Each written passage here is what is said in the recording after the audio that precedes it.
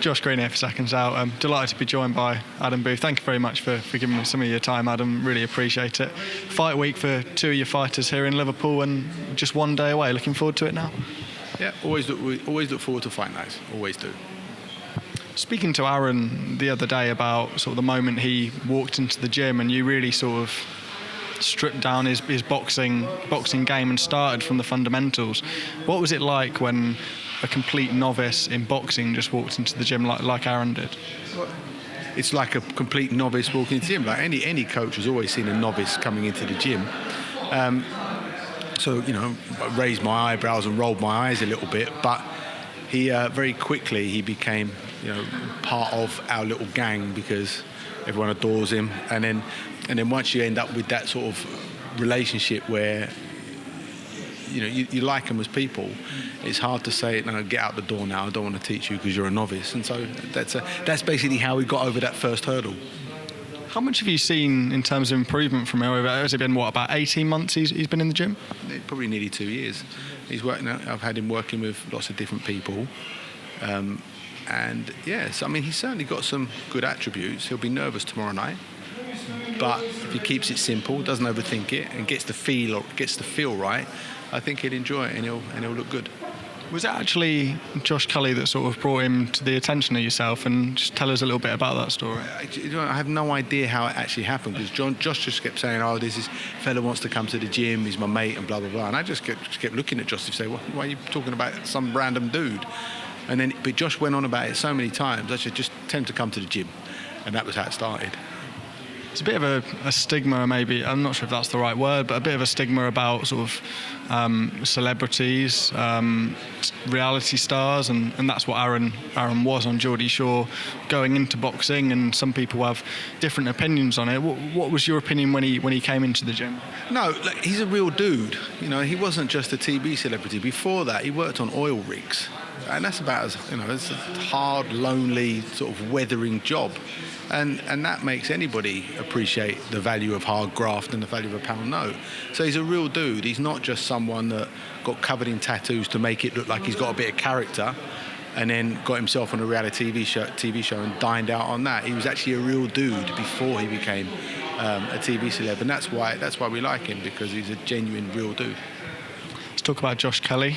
A long time out the ring for Josh, and obviously the frustration of a couple of weeks ago. How exciting is it for him just to get back in the ring and really have a bit of a fresh chapter? Yeah, I think excitement is really just going to be immense relief to be back in and back at it and to gain some momentum, because of the loss to having SEAN and some injuries that he'd had as well in the past.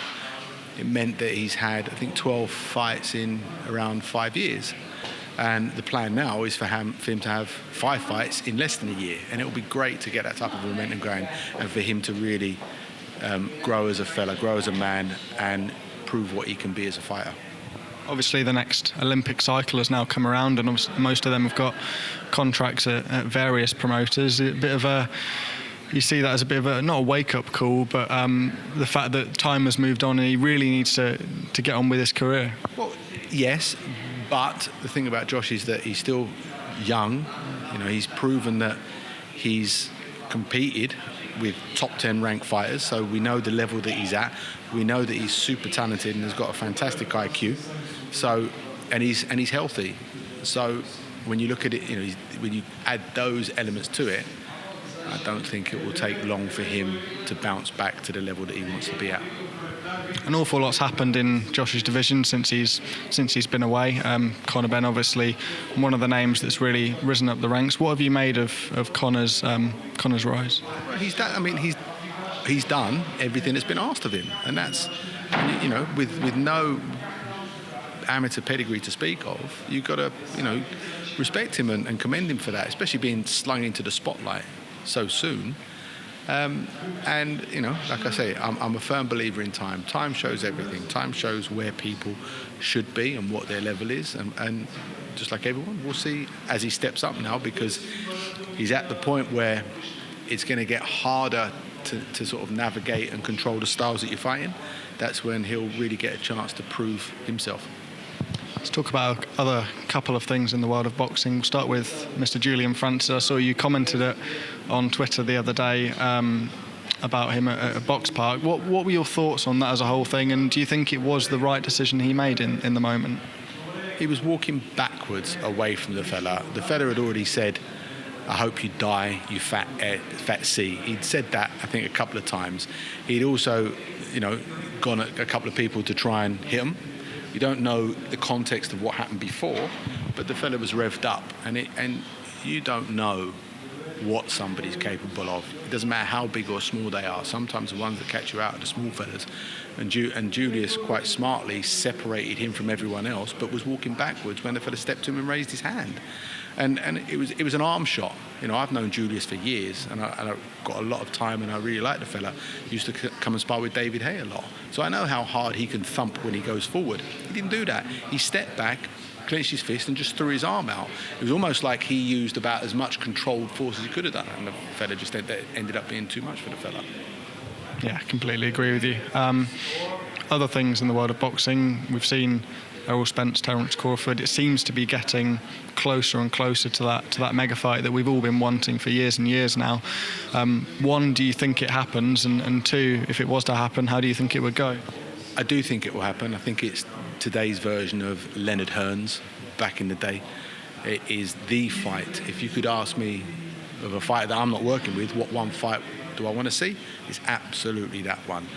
I've always favoured slightly Terence Crawford, so I'm not going to change my mind. Fair enough. Heavyweight talk in terms of Anthony Joshua and Tyson Fury. A lot going on at the moment in both of those camps. Firstly, Anthony Joshua signing with DAZN. One that took maybe some people by surprise. We sort of thought maybe he would sign for Sky a few weeks before that. Was there any surprise on your part? No, because I'd heard that DAZN don't just want to be subscription, but I think they want to be pay-per-view as well. And Anthony Joshua is probably the most logical target to go for if you're a platform that wants to generate pay-per-view. And if you nail down Tyson Fury as well, you've cracked your first pay-per-view event. Do you think the fact that he's moved networks now makes the mega fight between him and Tyson Fury, if it is to ever go ahead, any harder than it was before? I don't think so. It looks like Tyson's quite fluid and in control of everything that he does and what goes on in his career, whether he decides to fight again or not. So no, I don't think so. I think money will talk. And we'll wrap this up with Mr. Tyson Fury. £500 million, the figure he would want to get back in the ring, according to the man himself. What could we do with that sort of money, Adam? What could we do with it? Yeah, have a fast enough car to avoid being interviewed. But I mean, in terms of that figure, do you think he will dip below that figure? Do you think he will get back in the ring? If I was a betting man, I'd probably say yeah. Good man. Well, thank you very much for your time, Adam. Really appreciate it, mate.